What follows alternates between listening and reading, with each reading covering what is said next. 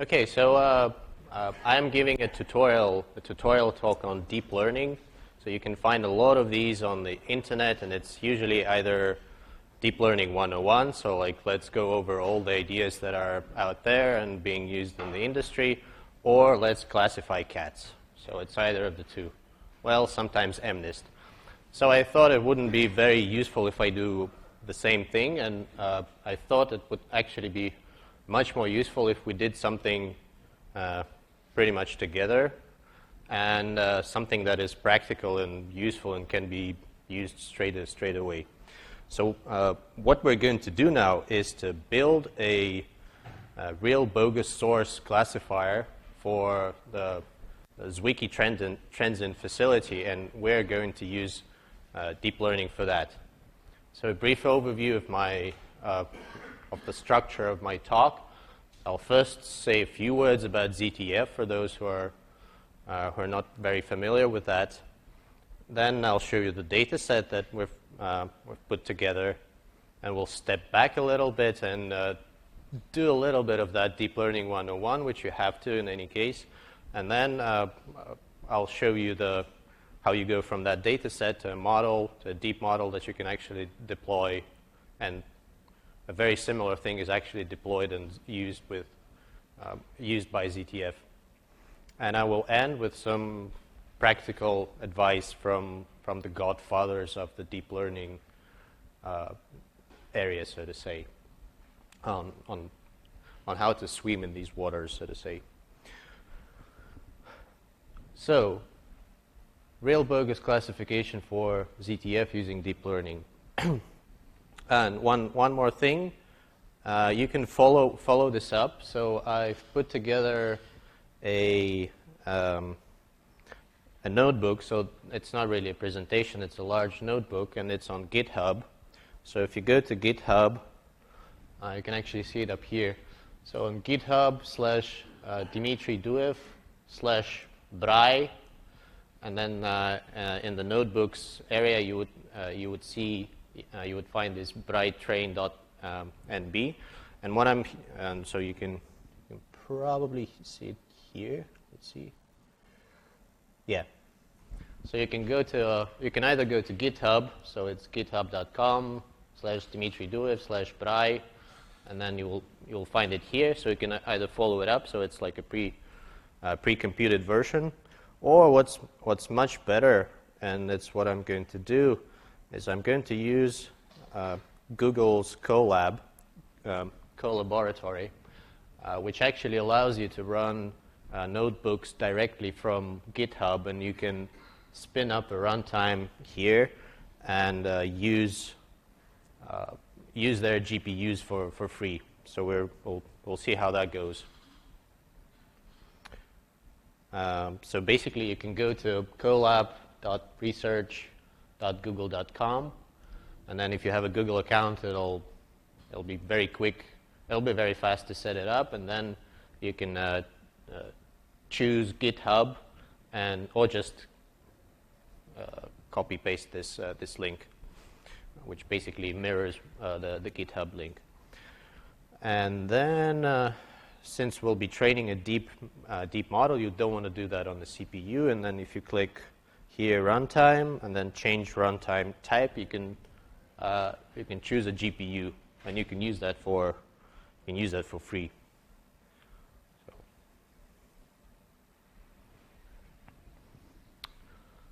ZTF.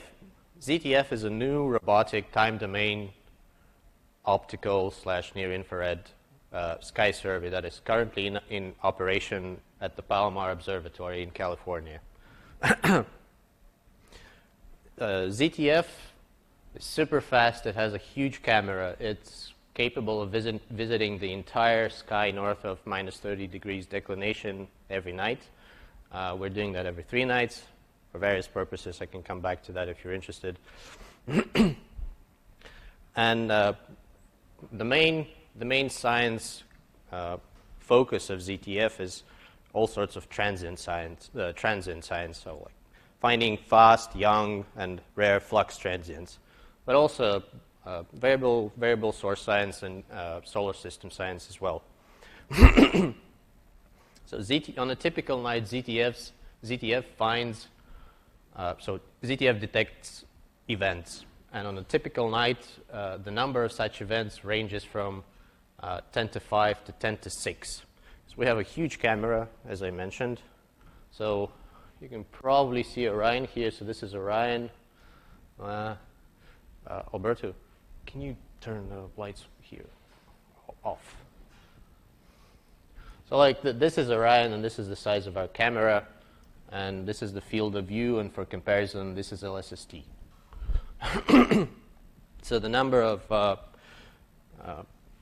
transient objects that flux transient or flux variable or moving objects that we detect every night is something between 10 to 5, 10 to 6.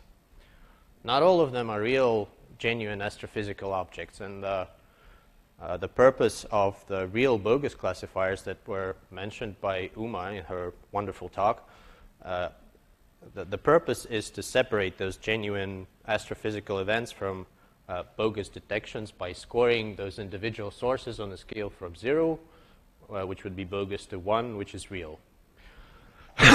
Currently, ZTF employs two classifiers. One is, yeah, that's much better, thank you. One is based on the random forest algorithm and is feature-based, and the other one that was deployed last week is a deep learning-based, namely convolutional neural network-based classifier. And in this tutorial, we're going to build, and we call it BRAI, which stands for Bogus Real Adversarial AI.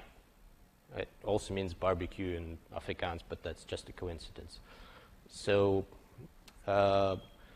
in this tutorial, we're going to build a thing that's very much like BRAI.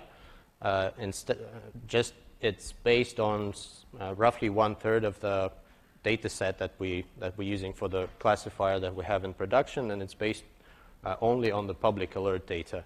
So in the thing that we have in production, we have partnership and proprietary Caltech data as well. But it's enough to get, as you will see, it's enough to get pretty good performance out of what we put together anyways. So for this tutorial, we've put together a data set consisting of roughly 11.5 thousand labeled alerts. So this is what an alert packet, so whenever ZTF detects something that either goes boom or changes its brightness, that's what we send to the outside world. So basically it looks like a JSON file. Well, it's actually an Avro. It's in the Avro format, so it's an Avro packet.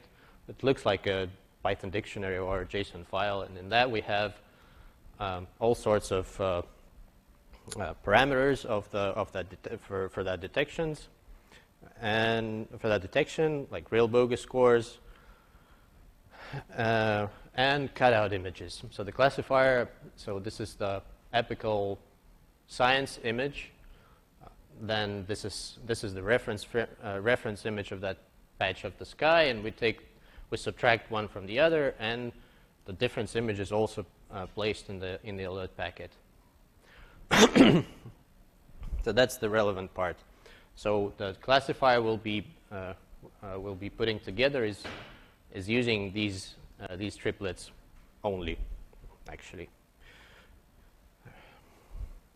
We'll have a paper out.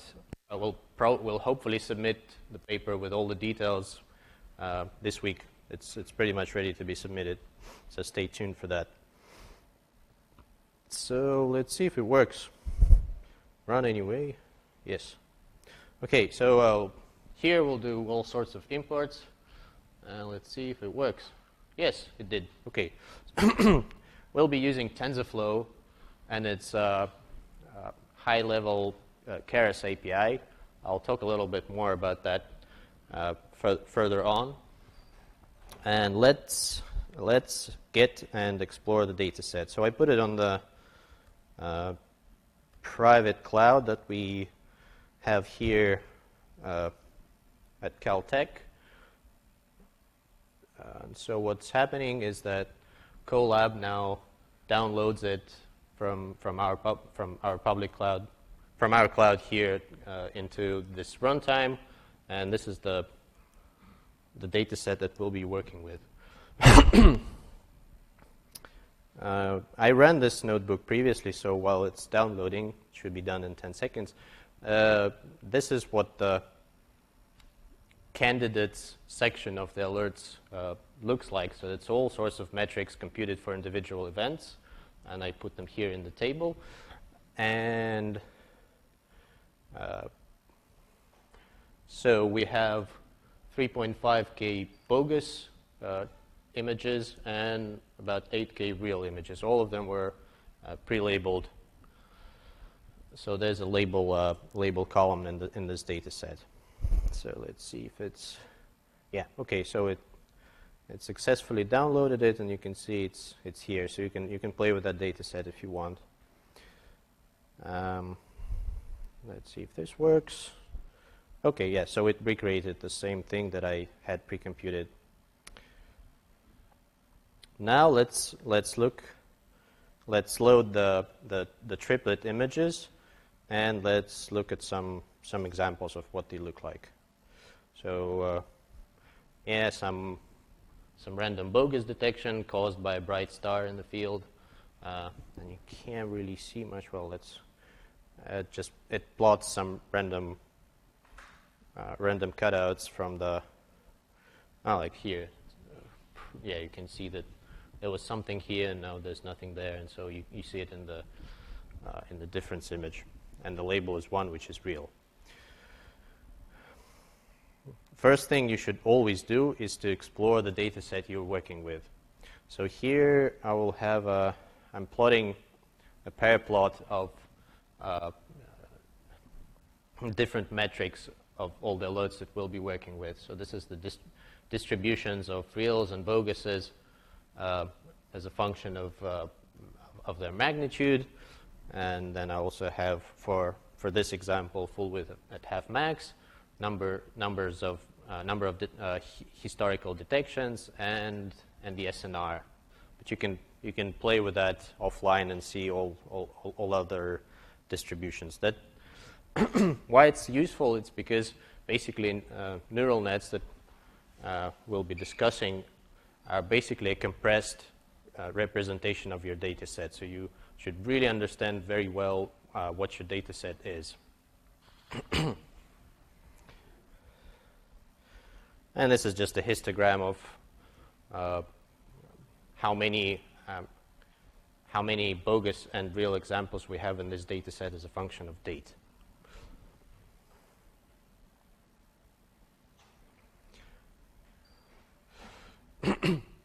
Uma gave a wonderful introduction into machine learning, so I basically don't have to show half of the slides on that. And so here we'll be using 81, 9, 10% data set split for training, validation, and test. So first you put aside 10% for test purposes, and then out of the remaining 90, you set aside another 10% for validation while you're doing your training. It's pretty much adequate for this data set. So let's run that. Okay, nice. It's split. We have to step back and do deep learning 101 at this point. So we have this data set, and we've looked at how it looks from different perspectives. So what we want to do now is to come up with a system that, by looking at either features or cutout images, tells us whether this particular source is real or bogus. And what is deep learning in one sentence? Deep learning is about automatically extracting useful patterns from data. So whereas in sort of classical machine learning, you have the human expert that does feature engineering for you, and then you use that as an input into classification algorithm that does the prediction for you. In deep learning, it's sort of outsourced to the machine itself. So the machine has to come up with such a representation of the data under which the task you're giving it becomes trivial or simple.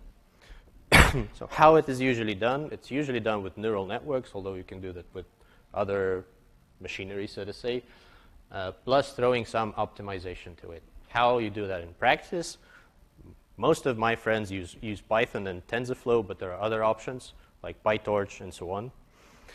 The hardest part is stating good questions and finding good data, which is contrary to what you find in most tutorials you would find on the internet, because they would start from single statement, let's import that wonderful data set, replace it with your wonderful data set here, and then magic happens. In reality, 95%, if not more, of your time would be spent on collecting that good data and asking those good questions and understanding that. Why the field has exploded now? It's mostly because of the sheer amount of data that we're dealing now, but I don't have to tell you about that. Then hardware. If the model that we're going to train, I left it running over last night, so it took about 2 hours to finish on my CPU on this laptop. On Google Colab, when I connect it to a GPU, it takes about 10 minutes to do the same thing. So GPUs, graphical processing units, and most recently the TPUs, a coin termed by Google, which stands for tensor processing units, and you can think of those as stripped down versions of GPUs, so machines that can do pretty much simple linear algebra, but very efficiently using stripped down representation, so to say, quantized data and quantized weights and so on. And even more recently, devices called edge TPUs, which are cheap and very efficient. Plus community. There's never been more people doing deep learning than there are now, plus a lot of investment from the industry. Just if you're curious, where do we stand at the moment in terms of like general AI? Well, nowhere near. Most big questions of intelligence have not just been answered, and they haven't been properly formulated, so to say. There's been a lot of exciting progress in many areas: image classification, semantic segmentation, object recognition, you name it. And it's all about coming up with good representations of your data. So consider this task. So you have green triangles and blue circles, and the task is to draw a line between them. You cannot do that under this representation, but when you go from Cartesian to polar coordinates, the task becomes trivial. So think of deep learning as a subset of machine learning, namely representation learning. And another empirical fact that's cool about deep learning is that, contrary to the classical, so to say, machine learning algorithms, the more data you throw at it, the better. The more data you throw at it, the better its performance. As I said, Uma gave a wonderful introduction, so I don't have to spend much time on this. The basic unit of the neural networks that are used in deep learning is represented here. So basically, you have your input data somewhere here. You pass it onto that neuron, you weight that data, then you sum it up, you apply some bias, and then throw in some nonlinearity, and which is called an activation function, and the output of that thing, and you work further with the output of that thing. When you combine those individual neurons into what's called layers, and you stack them together, you end up with neural networks. So that's the simplest feed-forward, so-called feed-forward neural nets. Why are those things so powerful? It basically comes down to this universality, which there's a theorem that even with a single layer neural net, you can basically approximate arbitrarily function as long as it's as long as you can approximate it, so to say. And why deep? There are some intuitions about that. Usually people mention a result from the circuit theory where there's a task to to come up with a device that would do multiple XOR operations, and if you stack the units, the hardware units that you have in a single layer, you would need an exponential number of those. But if you go deep instead, then that number becomes logarithmic for approximating the same operation.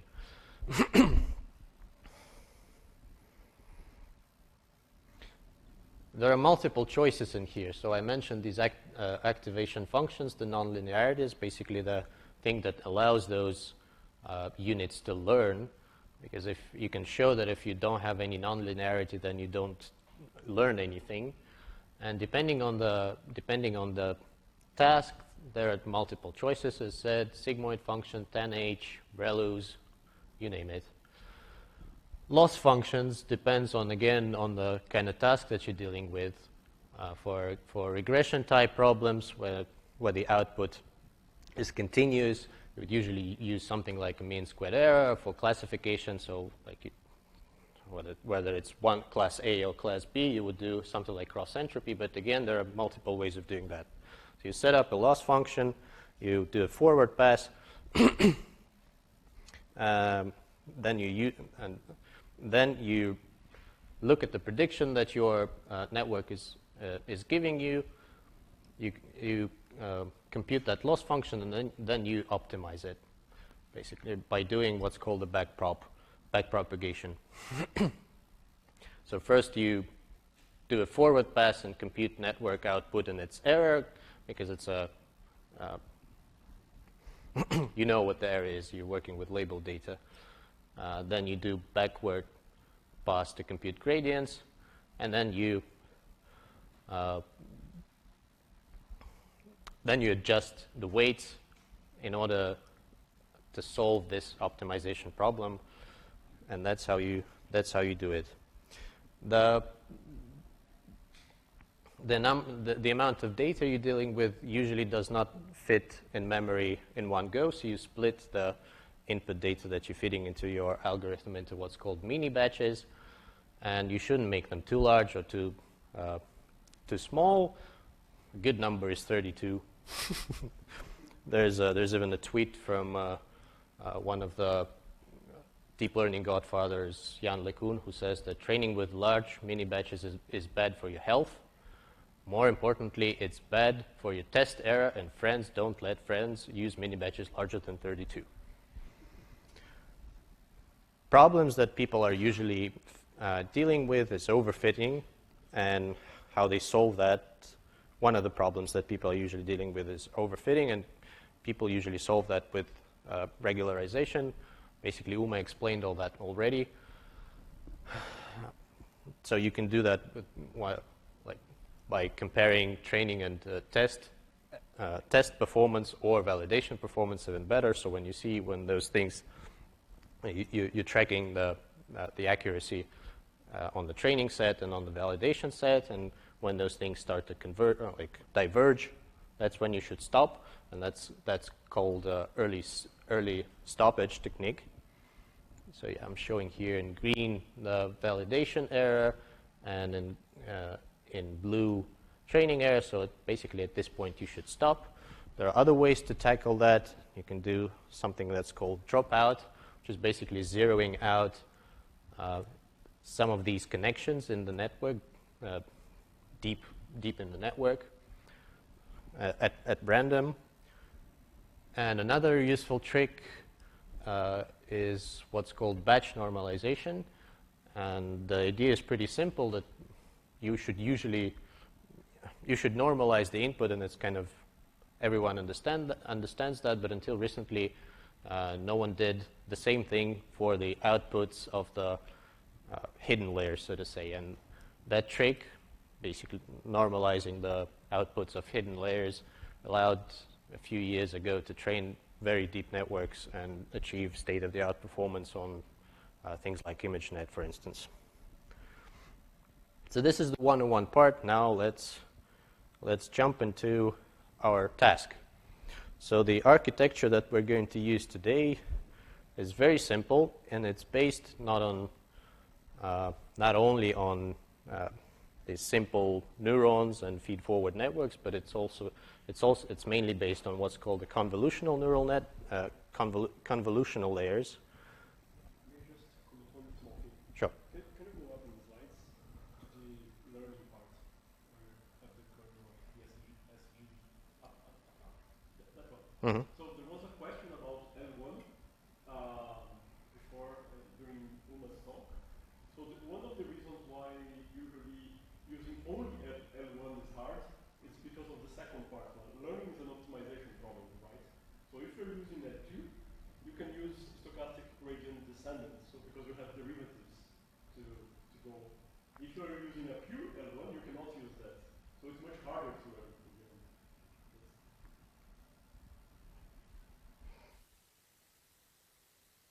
Okay, and then I had a nice, yeah.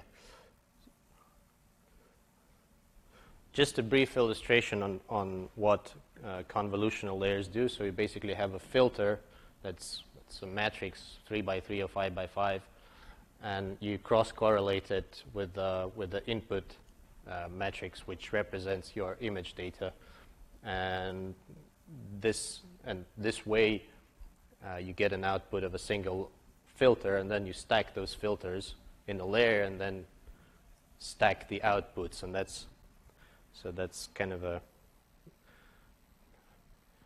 brief overview of how these things work. So for this problem, we'll put together a very simple sequential model.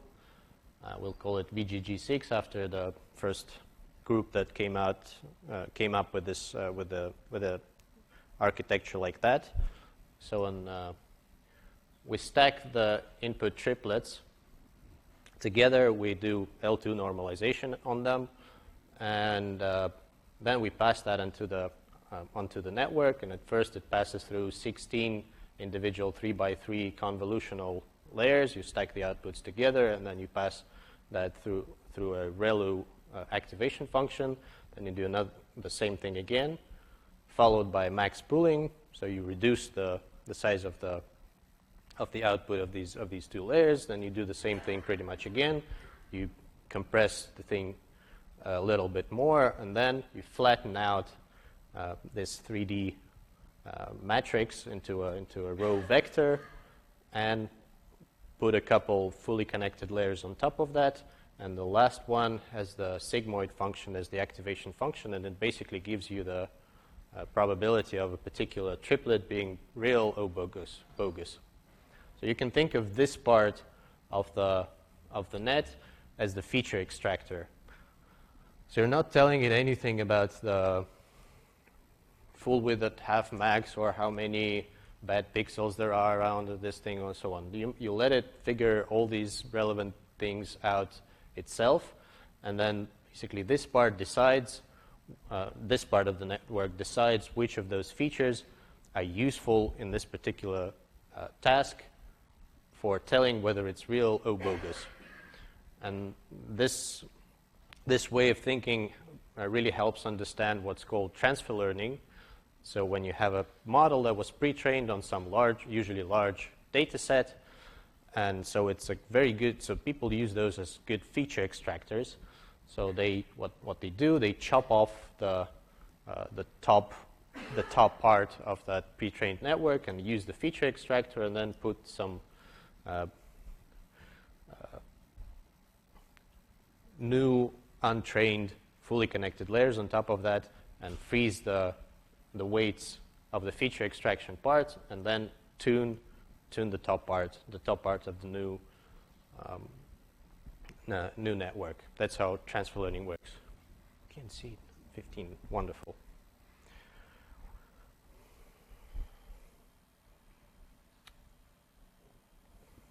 So as I said, we're using TensorFlow, Google's framework, deep learning framework, and its high-level Keras API. And as you can see here, it's super straightforward to define the model like this. So basically, if you look at the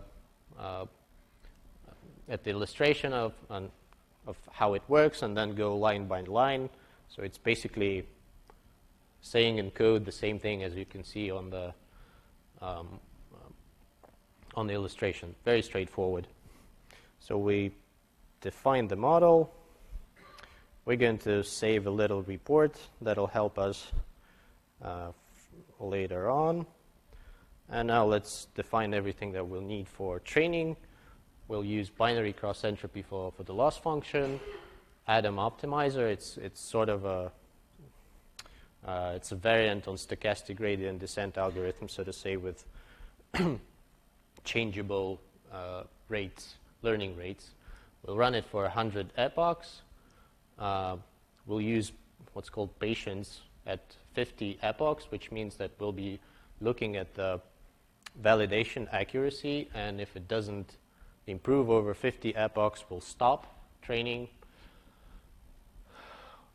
As mentioned previously, we'll set aside 10% of our training set for validation purposes, and we'll normalize class weights because, as you may remember, there were pretty much twice as many real objects in the data set as bogus ones, and we'll use actually 64 for batch size. But you can play with all these numbers. And we'll do some data augmentation. Namely, we'll flip our triplets at random, both horizontally and vertically. And we won't do anything more fancy than that. Then I'm setting up a data generator that will use the NumPy array to generate both the training and validation streams. And here I'm setting them up here. So here I'm setting up class weights. So we're telling the network to pay more attention to bogus examples than to real examples. So now we go ahead and build and compile the model and setting up the optimizer. So okay, it's compiled, and I'm printing out its summary. So that's what Keras does for us. That's again a summary of all the layers that we put together, how many parameters it has, how many trainable parameters. So in total, we'll be training 312K parameters for that model. And we can now go ahead and train. It's 250. The first one 256, and the second one 20 something. I don't remember actually. Let's see.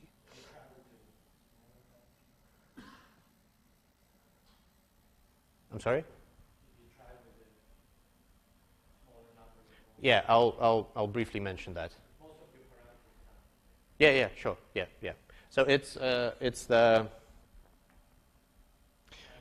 actually the thing that works best. So you can squeeze out performance if you go smaller than that, but out of practice, this one works best. There's so I'll briefly talk about hyperparameter optimization, and actually I think last week a wonderful library came out which is called Keras Tuner, and you can plug in hyperparameter optimization right into your training workflow. And so I'm not doing it in this tutorial not to complicate things too much, but that's what I encourage people to do. Okay, let's see how it goes.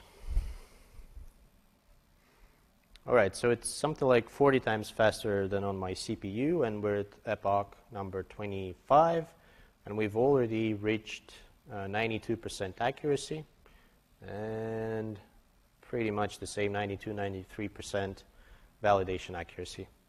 So let it train a little bit more. It'll be done before I'm done with my talk, and we can look at the evaluation metrics in the meantime that I've pre-computed for you last night. So I evaluated the resulting model on the training set to check for misclassified training samples, and did the same for the test set. So the model I got. So here I'm showing training and validation accuracy as a function of epoch, and the same for loss. So you see a very healthy curve over here. If you were doing overfitting, what you would probably see is that validation error at some point would start going down, whereas the training accuracy would continue to climb up, and you would see the reverse on the loss curve, and that's when you'd know that you have to stop. But here it's not even the case. So for 100 epochs, it's pretty good, and it reaches 97% accuracy. And I'm also plotting here confusion matrices, so that all code basically does the plotting. And out of 11,500 test cases, I get very good performance for reals and worse performance for boguses, but remember there were much fewer of them. And what we can do next is actually go ahead and plot false negative rate and false positive rate as a function of score threshold. And if you set up that score threshold at 0.5, so you say that everything that gets a score larger than 0.5 is real and less than that is bogus, you get 1.6% false negative rate and about 7% false positive rate, which is pretty good, especially for the reals. Worse for boguses, but as we know, because we have a larger data set that we're using for production, that will get much better as you throw in more data and more representative data at exactly the same architecture and exactly the same algorithm. And the classifier that's currently in production, it actually achieves something like below 2%, below 2% both FNR and FPR at this score threshold.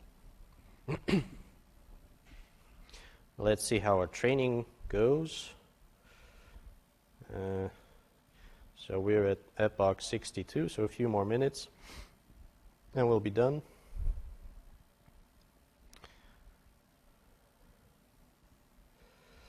What we can also do is plot the ROC curve. It's basically another way of looking at the same thing. So I won't spend time on this.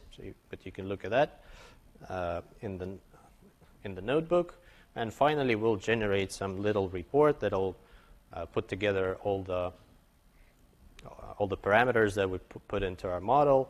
And what's more important, it would also save all the misclassifications, both at training and at test stages. So let's try running the classifier that I got last night, and then we'll hopefully get in a few minutes here. Let's just try it on some real data. So the one I got last night. So it's a nice supernova.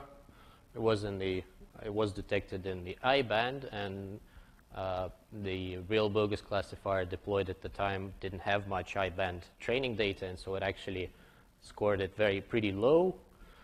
But our fancy, shiny new classifier actually scores it as real with very high confidence. And just another example, that's some very bogus ghosts, which you unfortunately cannot see, but it's just some ghosting in the images. And you basically get a zero for that. Just an illustration. And since I only have 5 minutes, it's perfect.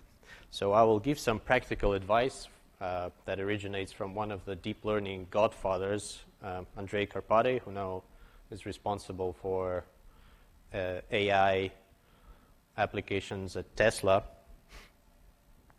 Elon Musk's company.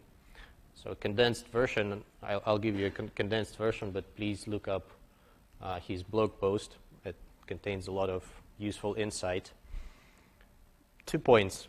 two main points. First, neural net training is a leaky abstraction. So this is what I mentioned in my talk a couple times.